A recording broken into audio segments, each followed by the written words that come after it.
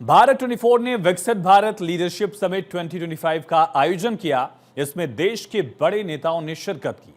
केंद्रीय मंत्री गजेंद्र सिंह शेखावत ने भी इस कार्यक्रम में भाग लिया। इस दौरान भारत 24 के सीईओ और editor in chief doctor Jagdish Chandra ने केंद्रीय मंत्री का स्वागत किया, उनके बारे में रोचक जानकारियां साझा की।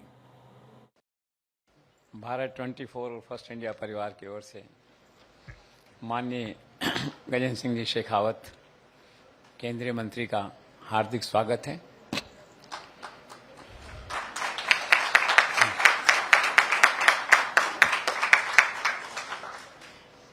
इनके परिचय के बारे में एक पंक्ति में इनका परिचय दिया जा सकता है।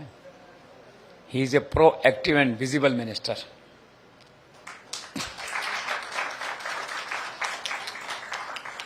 जो दिखाई देते हैं, चलते हैं तो लगता है कि एक नेशनल स्टेचर का लीडर चल रहा है।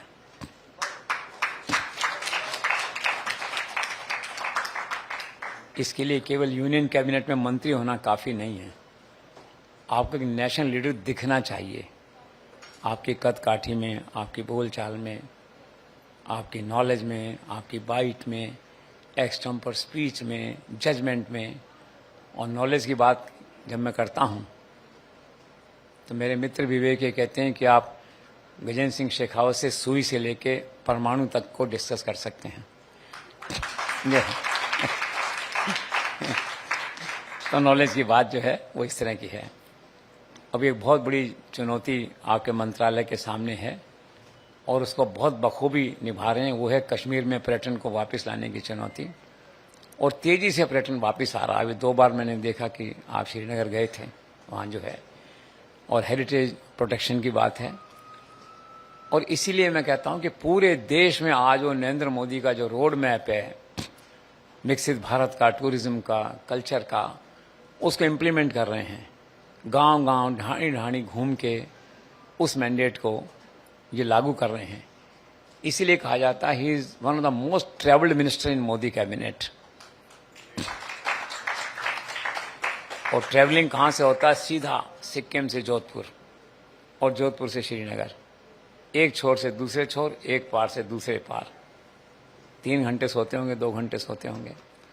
तो कुल मिला के एक अद्भुत मंत्री हैं, नेशनल स्टेचर के मंत्री, नेशनल लीडर दिखते हैं, ग्रास रूट से जुड़े हुए हैं। संघ परिवार और नरेंद्र मोदी दोनों का कॉमन, जिसे कहते हैं अमित शाह का कॉमन ट्रस्ट जो है, एंजॉय करते हैं। उज्जवल भविष्य है। राजस्थान के लोग प्रतीक्षा करते हैं कि आए ये हमारे इलाके में, जोधपुर के अलावा भी आएँ पूरे राजस्थान में, और लार्जर मैंडेट के साथ आएँ और विकसित राजस्थान का जो एजेंडा है उसको, और जो टूरिज्म का एजेंडा है जिसमें हेरिटेज में राजस्थान तो बहुत आगे है, दैट जो है। मैंने देखा पिछले दिनों मुख्यमंत्री भजनलाल शर्मा से इनकी कई बार मंत्रणाएं हुई कि राजस्थान में पर्यटन को कैसे लागू करना है, लेकिन लोग इनके विजन को और उसको दूरगामी दृष्टि से देखते हैं। तो मैं इन्हीं शुभकामनाओं के साथ आपका स्वागत करता हूं। और हम सब आपके इस अभियान में, भारत 24 फर्स्ट इंडिया आपके इस अभियान में जो है, हम सब आपके साथ हैं। राजस्थान सरकार तो है ही, लेकिन मीडिया के नाते हम आपके मैंडेट को, आपके एजेंडा को लागू करने में कोई कसर नहीं रखेंगे।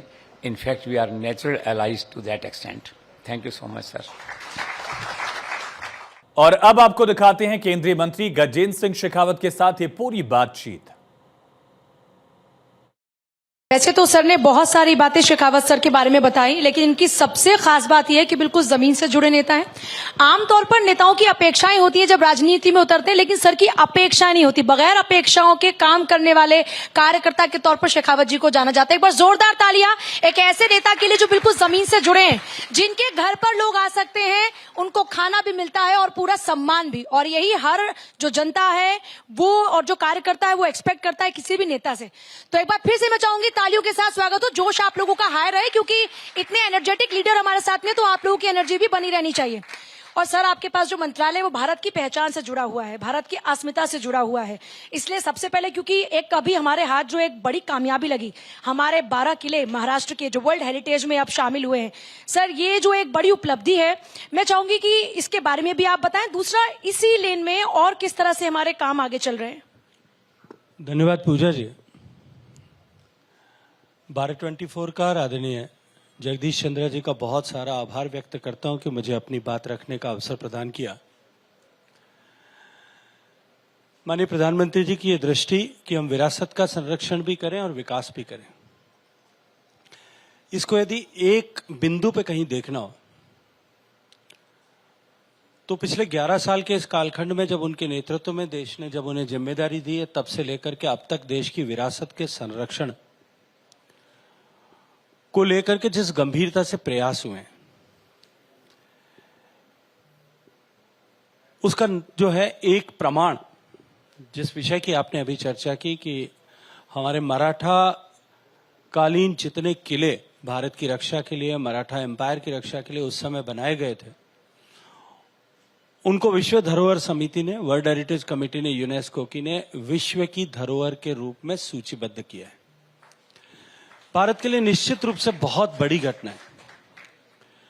उससे भी ज्यादा महत्वपूर्ण इसलिए है कि लगातार पिछले 3 साल तक भारत को, क्योंकि एक देश को एक वर्ष में एक ही नॉमिनेशन डालने का अधिकार होता है, लगातार 3 साल तक भारत की जो है एंट्री को सूचीबद्ध किया गया। पिछले वर्ष असम के मोइदाम्स को किया गया, उससे पहले होयसला के जो है मॉन्यूमेंट्स को किया गया।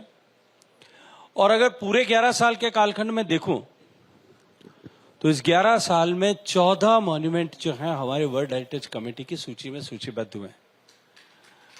केवल इतना ही नहीं, पिछले वर्ष जब हमने भारत में वर्ल्ड हेरिटेज कमेटी की मीटिंग आयोजित की थी, तब माननीय प्रधानमंत्री जी ने ऐसे सारे देश जिन लोगों की अभी ऐसी क्षमता नहीं है, विकसित नहीं है, जिनके पास में ये ताकत नहीं है कि वो अपने कागजात पूरे, क्योंकि ये बहुत तकनीकी विषय है, अपने इस तरह के सारे डॉक्यूमेंट्स और डॉजियर बना करके अपने देश की संपत्ति को, अपने देश की विरासत को भी इस सूची में सूचीबद्ध करा सकें। माननीय प्रधानमंत्री जी ने के आशीर्वाद से यूनेस्को को हमने $1 मिलियन का फंड कंट्रीब्यूट किया, ताकि हम दुनिया के ऐसे देश, पिछड़े हुए देश, विकास की प्रगति में जो है गति में बहुत पीछे देश, उन देशों के डॉजियर्स बनाने के लिए उनका कैपेसिटी बिल्डिंग भारत में कर सके। केवल हम अपनी विरासत का संरक्षण नहीं, विश्व की धरोहर का संरक्षण करने के लिए काम कर रहे हैं। माननीय प्रधानमंत्री जी के नेतृत्व में जो एक कामयाबी मिली है, मैं आपके चैनल के माध्यम से देश को उसके लिए बहुत सारी बधाई देता हूं। सर, लेकिन एक चुनौती भी इस वक्त आ गई है हमारे सामने, और वो है पहलगाम हमले के बाद जिस तरह से भारत का मुकुट, जिसे हम कश्मीर कहते हैं, भारत का मुकुट कश्मीर, वहां पर पहलगाम हमले के बाद आप पर्यटक जाने से परहेज कर रहे हैं, और ये भारतीय नागरिकों की मैं बात कर रही हूं। तो इस चैलेंज से आप लोग कैसे निपटेंगे, इससे कैसे उबरने की प्लानिंग आप लोगों ने की है? देखिए, 2019 में धारा 370 के एब्रोगेशन के बाद में जिस तरह से कश्मीर में इंफ्रास्ट्रक्चर डेवलपमेंट हुआ, जिस तरह से कश्मीर से आतंकवाद की घटनाएं लगभग समाप्त हो गई, लोगों का विश्वास एक बार फिर कश्मीर के प्रति, कश्मीर जाने के प्रति बनने लगा। 2024 के साल के आंकड़ों को उठा करके हम देखें तो 2023 के साल में लगभग 2 करोड़ पर्यटक पहुंचे थे, 2024 में 2 करोड़ 20 लाख से ज्यादा पर्यटक पहुंचे थे। और इस बार हम अपेक्षा करते थे कि यह आंकड़ा पिछले सारे रिकॉर्ड ध्वस्त करके 3 करोड़ तक पहुंचेगा। इन 5 साल के कालखंड में कश्मीर में टूरिज्म इंफ्रास्ट्रक्चर पर भी बहुत सारा काम हुआ। हजारों की संख्या में नए होटलों के कमरे बने। आपको जानकर के आश्चर्य होगा आपके दर्शकों को कि पहलगाम, केवल पहलगाम डेस्टिनेशन पर लगभग 15,000 होटल रूम्स हैं, और उसमें से 70% रूम्स जो हैं पिछले इस 5 साल के कालखंड में कश्मीर के लोगों ने निवेश करके बनाए थे।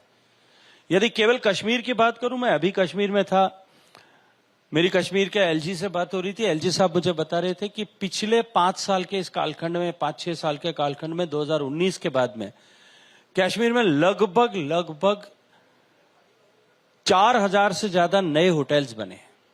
छोटे भी होंगे, बड़े भी होंगे, सब तरह के होटल्स होंगे। और एक एवरेज होटल में 10 करोड़ रुपए का निवेश भी देखें, 40,000 करोड़ रुपए का निवेश केवल होटल हॉस्पिटैलिटी इंफ्रास्ट्रक्चर में हुआ। निश्चित रूप से पहलगाम की घटना दुखद थी, और उसके कारण से कश्मीर के टूरिज्म को बहुत बड़ा नुकसान हुआ।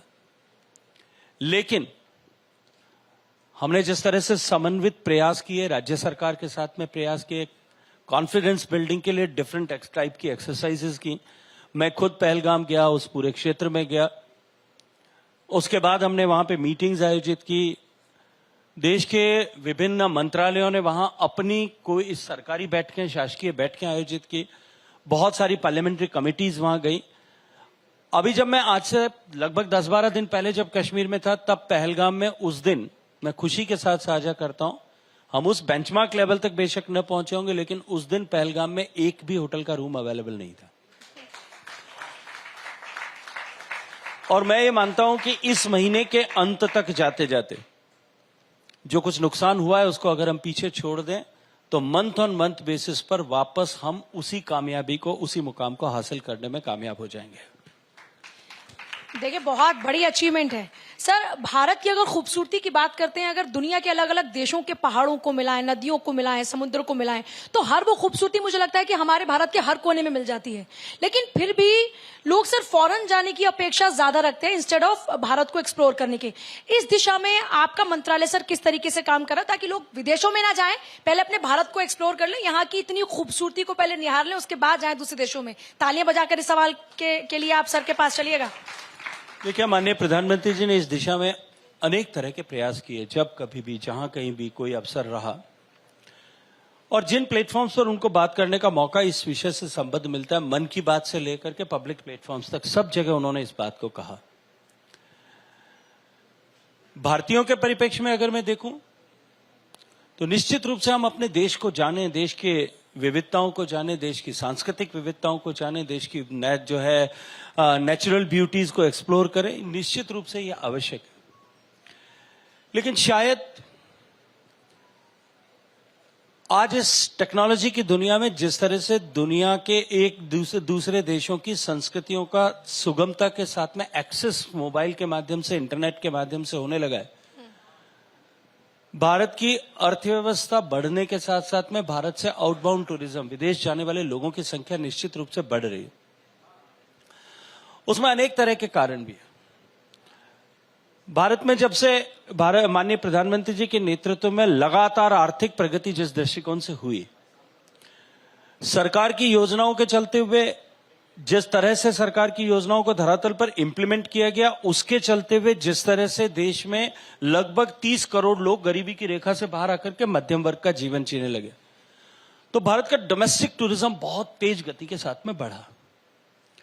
जिस गति के साथ में टूरिज्म बढ़ा, या मैं कहूं कि टूरिज्म ब्लास्ट हुआ, डोमेस्टिक टूरिज्म, उस गति के साथ में टूरिज्म इंफ्रास्ट्रक्चर जो है, स्पेशली जो हाई एंड टूरिज्म इंफ्रास्ट्रक्चर था, वो नहीं बन पाया, क्योंकि उसका अपना एक गेस्टेशन पीरियड है। एक होटल बनने के लिए जमीन से लेकर के होटल बन करके पूरा होने तक जो है, इसमें 3-4 साल का समय लगता है।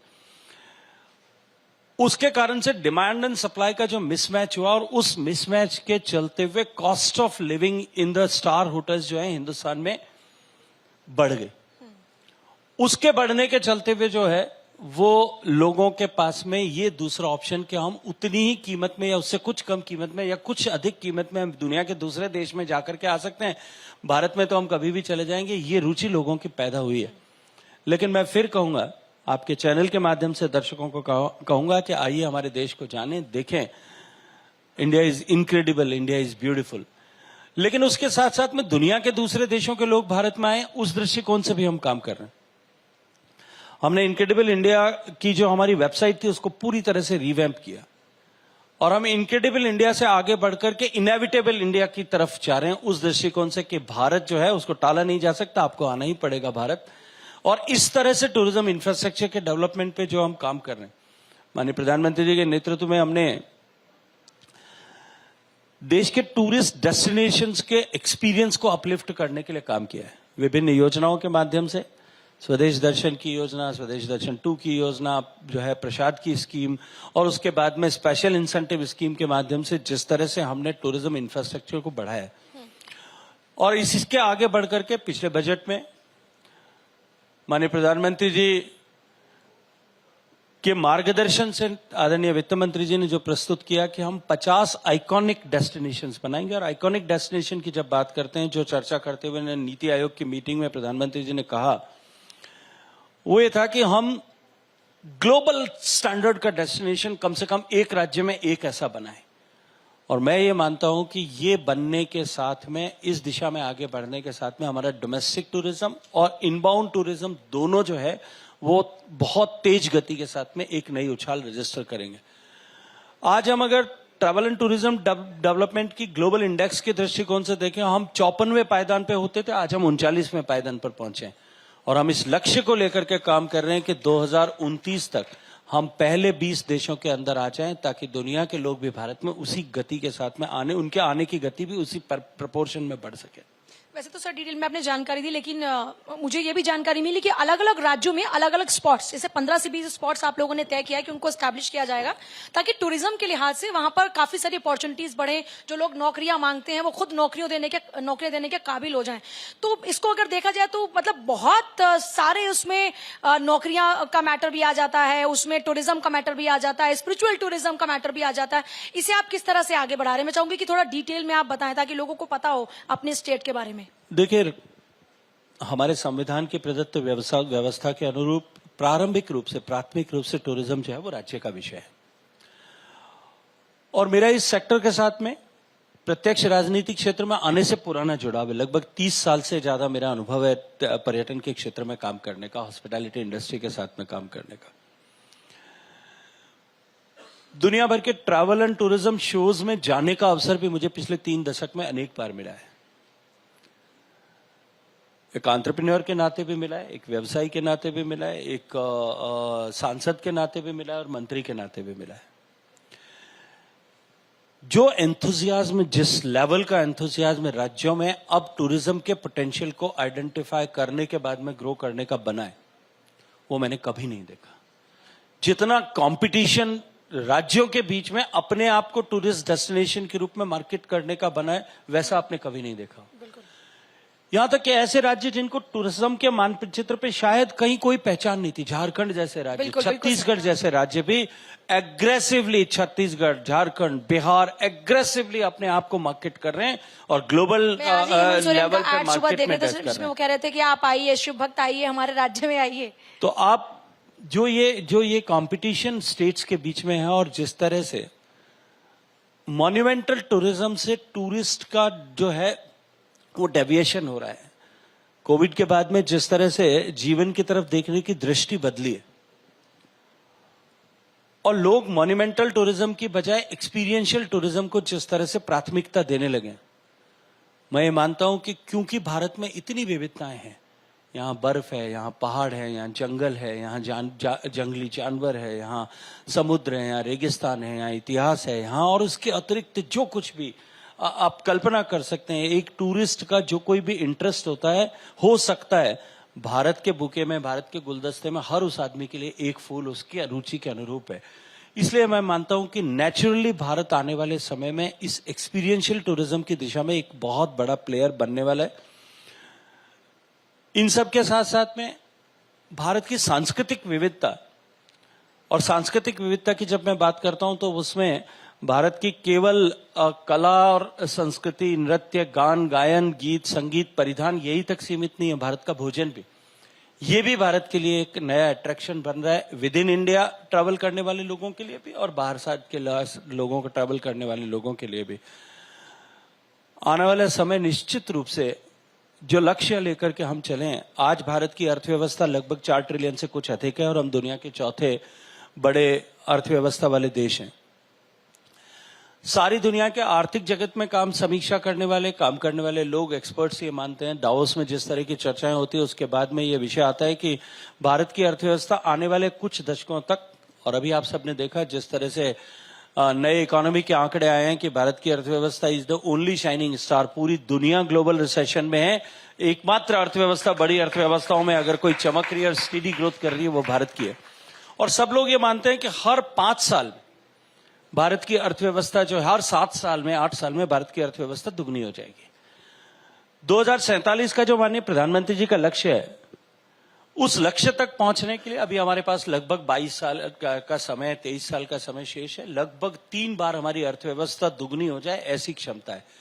हम 4 ट्रिलियन से 8 ट्रिलियन होंगे, 8 से 16 होंगे और 16 से 32 ट्रिलियन होंगे। दुनिया के जो ग्लोबल जीडीपी में टूरिज्म का कंट्रीब्यूशन, सेक्टर का कंट्रीब्यूशन 10% है, जबकि हमारे यहाँ 5 से 6% के बीच में। हमारा अपने आप से संकल्प है, अपने आप को इसके साथ में चुनौती है कि हम अपने टूरिज्म सेक्टर का कंट्रीब्यूशन अपनी इकोनॉमी में 10% पे कर पाए।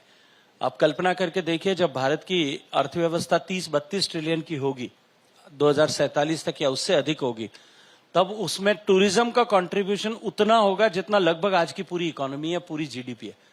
उस लक्ष्य को लेकर के हम प्रधानमंत्री जी के नेतृत्व में काम कर रहे हैं। सर, जब मैं बाहर गई तो वहां पर कुछ विदेशी थे जिनसे मेरी बात हो रही थी और मैंने कहा कि जिन देशों में आप घूम रहे हैं उससे ज्यादा खूबसूरत हमारा भारत है, तो आप लोग की प्रेफरेंस में भारत क्यों नहीं है? तो उन्होंने कहा कि भारत में डॉक्यूमेंटेशन का प्रोसेस बहुत ज्यादा है, हम चाहते हैं जहां पर इजी एक्सेस हो हम वहां पर ज्यादा जाएं। तो मैं आपके संज्ञान में ये मामला लाना चाहती हूँ। मुझे लगता है कि शायद कहीं कुछ विषयों की जानकारी का अभाव जहां कहीं भी होगा, आपकी चर्चा होगी, वहां रहा होगा। भारत ऐसा देश है जो 195 देशों में से 190 देशों को ई वीजा देता है, और भारत आने वाले किसी भी तरह के टूरिज्म वीजा के लिए आपको 48 आवर्स से ज्यादा इंतजार करने की आवश्यकता नहीं है। घर से बाहर जाने की, एम्बेसी जाने की आवश्यकता नहीं। घर में बैठ करके आप अपने मोबाइल से उस डॉक्यूमेंट को भी हमने और अधिक, जो माननीय प्रधानमंत्री जी हमेशा कहते हैं ईज ऑफ डूइंग बिजनेस कर रहे हैं, उस दृष्टिकोण से उसको ईज आउट करने की दिशा में हमने गृह मंत्रालय के साथ और विदेश मंत्रालय के साथ बातचीत की है। आप सिंपल एक फॉर्म भरे, आदमी पोस्ट करे और उसको 48 आवर्स में ई वीजा उसको मिले और वो जो है अपना आगे जाने का, ट्रैवल का, टूरिज्म का कार्यक्रम तय करे। एविएशन सेक्टर की कुछ चुनौतियां अभी है, लेकिन मैं ये मानता हूं कि जिस तरह के प्रोस्पेक्ट्स एविएशन सेक्टर में दिखाई दे रहे हैं, आज भारत के आकाश में जितने हवाई जहाज कुल उड़ रहे हैं उससे दुगने हवाई जहाज अगले 3-4 साल में भारत के आकाश में आने वाले हैं। चिंता मत करिए, ट्रैफिक जैम नहीं होगा, लेकिन फिर भी उसका जो सबसे बड़ा बेनिफिशियरी अगर कोई सेक्टर होगा तो वो हमारा टूरिज्म सेक्टर होगा। जिस तरह से नया रेल इंफ्रास्ट्रक्चर बन रहा है, मॉडर्न रेल इंफ्रास्ट्रक्चर बन रहा है, उसका बेनिफिशियरी अगर कोई होगा तो वो टूरिज्म होगा। जिस तरह से रोड इंफ्रास्ट्रक्चर स्ट्रेंथन हो रहा है, उसका बेनिफिशियरी अगर कोई है तो पहला बेनिफिशियरी टूरिज्म सेक्टर है। निश्चित रूप से भारत आने वाले हर अतिथि के अनुभव को हम अपलिफ्ट कर सकें, एक्सपीरियंस को अपलिफ्ट कर सकें।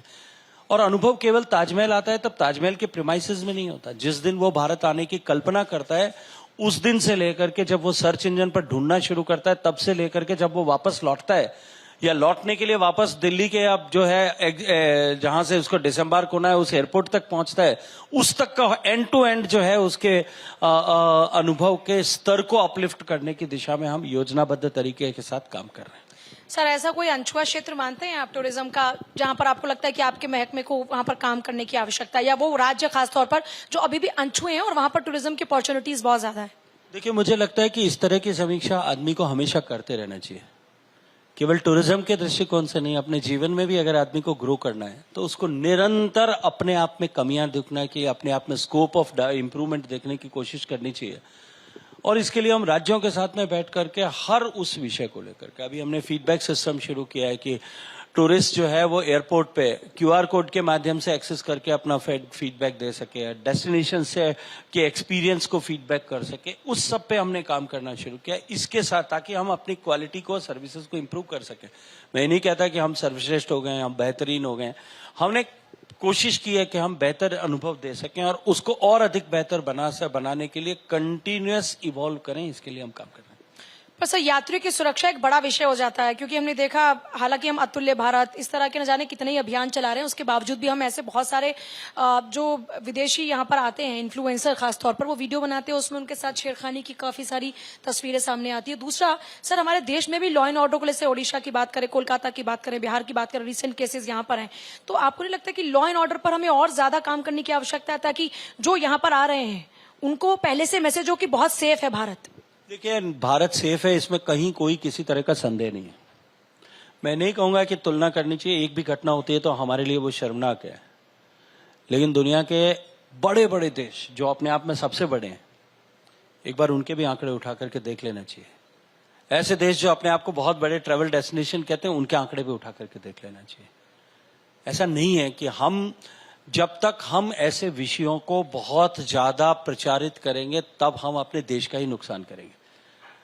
आपने कभी देखा था, आज से अब तो मैंने कई दिन से नोटिस नहीं किया, लेकिन पिछले 8-10 साल पहले जब मैं जाता था यूनाइटेड स्टेट्स में, जब ट्रैवल एडवाइजरी में लिखा होता था न्यूयॉर्क सिटी में भी, क्या आप जो है सनसेट के बाद में छोटी गलियों में न जाएं, मेन रोड्स को न छोड़ें। इटली के एयरपोर्ट पे उतरते थे उससे पहले निकलता था कि आप अपने पासपोर्ट को और अपने कैमरा को अपने शर्ट के अंदर छिपा करके रखें, अभी भी शायद कहीं ना कहीं सूचना मिलती होगी। कभी आपने किसी टीवी चैनल को वहां के को कहते हुए सुना है क्या कि आपके देश में, हमारे देश में जो है वो सुरक्षा की कमी है, सुरक्षा की जो है में किसी तरह की चूक है टूरिस्ट के लिए? हमारे ही यहीं पे टीवी चैनल बैठ करके इस तरह की चर्चाएं सर यही तो भारत की खूबसूरती और खासियत है कि यहाँ के लोग आलोचना भी करते हैं, वो भी बड़े दमदार तरीके से, और ये आलोचना का जवाब आप जैसे नेता दमदार तरीके से लेकिन देते हैं। ये यही सारी भारत की आलोचनाएं खूबसूरती है। राष्ट्र के हितों को के साथ में कुठाराघात करने वाली तो नहीं है। इस बात की समीक्षा और इंट्रोस्पेक्शन मुझे लगता है कि आप सबको भी करना चाहिए। चलिए सर, आखिर में एक सवाल पूछना चाहूंगी आपसे, राजस्थान की सरकार को कितने नंबर देते हैं, किस तरह से काम कर रही है, कैसी परफॉर्मेंस है राजस्थान अगर की मुझे सरकार 10 की? में से 11 नंबर देने की अनुमति देंगे तो मैं 12 दे दूंगा। चलिए सर, बहुत बहुत शुक्रिया इस पूरी बातचीत के लिए। तो देखिए, शेखावत जी से हमारी बातचीत रही। मुझे लगता है कि आप बहुत सारे लोग ये जान पाए होंगे कि भारत का टूरिज्म, भारत की संस्कृति का विस्तार कैसे हो रहा है, और इसके लिए जोरदार तालियों के साथ हम इस इंटरव्यू को खत्म करेंगे। थोड़ा एनर्जी लेवल हाई होना चाहिए। सबने इतना बेबाक तरीके से आप लोगों को जवाब दिया, बहुत बहुत शुक्रिया सर।